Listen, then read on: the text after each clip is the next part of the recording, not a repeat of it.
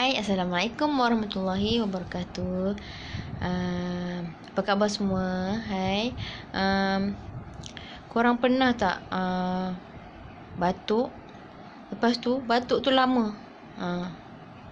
Pernah tak? Dulu saya pernah batuk. Masa tu berbulan-bulan tak hilang-hilang. Sakit perut ni kan, tahan batuk. Kan, tak tahu mana dapat batuk tu. Dan ada sekali lagi saya kena tu batuk tu masa saya pregnant 6 bulan. Memang ya Allah tak tahan sungguh lah. Macam-macam petua lah dia orang bagi, suruh makan kicap, campur limau, makan coklat ni, makan coklat angin tu kan. Tak boleh nak hilang juga.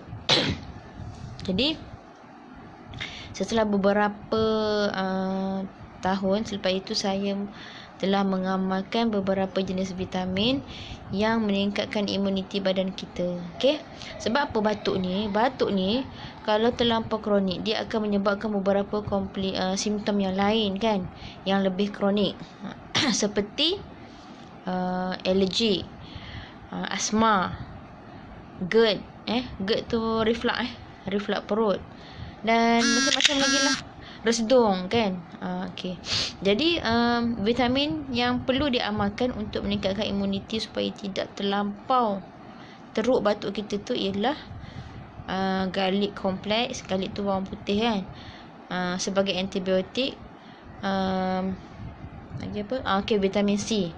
Vitamin C sebagai antioksidan yang sangat-sangat diperlukan oleh tubuh badan. Okey. Dan yang paling saya suka sekali ialah Vivix. Ini untuk biasanya orang yang merokok pun selalu batuk kan. Okey. Jadi perokok, pertama sekali jika anda seorang perokok, berhentilah merokok, ya. Okey, dan dapatkan Vivix sebagai sokongan kesihatan sebab dia mengandungi antioksidan yang sangat tinggi, membantulah membantu menguatkan tubuh badan kita melawan batuk. Jadi kalau boleh jangan biarkan batuk tu terlampau berlarutan berbulan-bulan tanpa rawatan. Okey. Ataupun terdapat simptom-simptom yang lebih bahaya, sila dapatkan nasihat doktor. Okey. Untuk mendapatkan vitamin batuk ini garlic complex, vitamin C, dan juga omega. Sebab apa? Bila kita batuk, kita punya saluran pernafasan mengalami keradangan. Kalau kita tengok pakai skop kan, tekak orang sihat dengan tekak orang batuk dia punya saluran saluran tekak dia tu merah.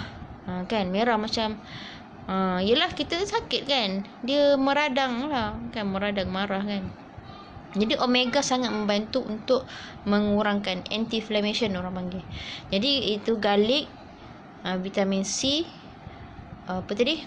omega minyak ikan tu, dan juga Vivix memang sangat-sangat diperlukan.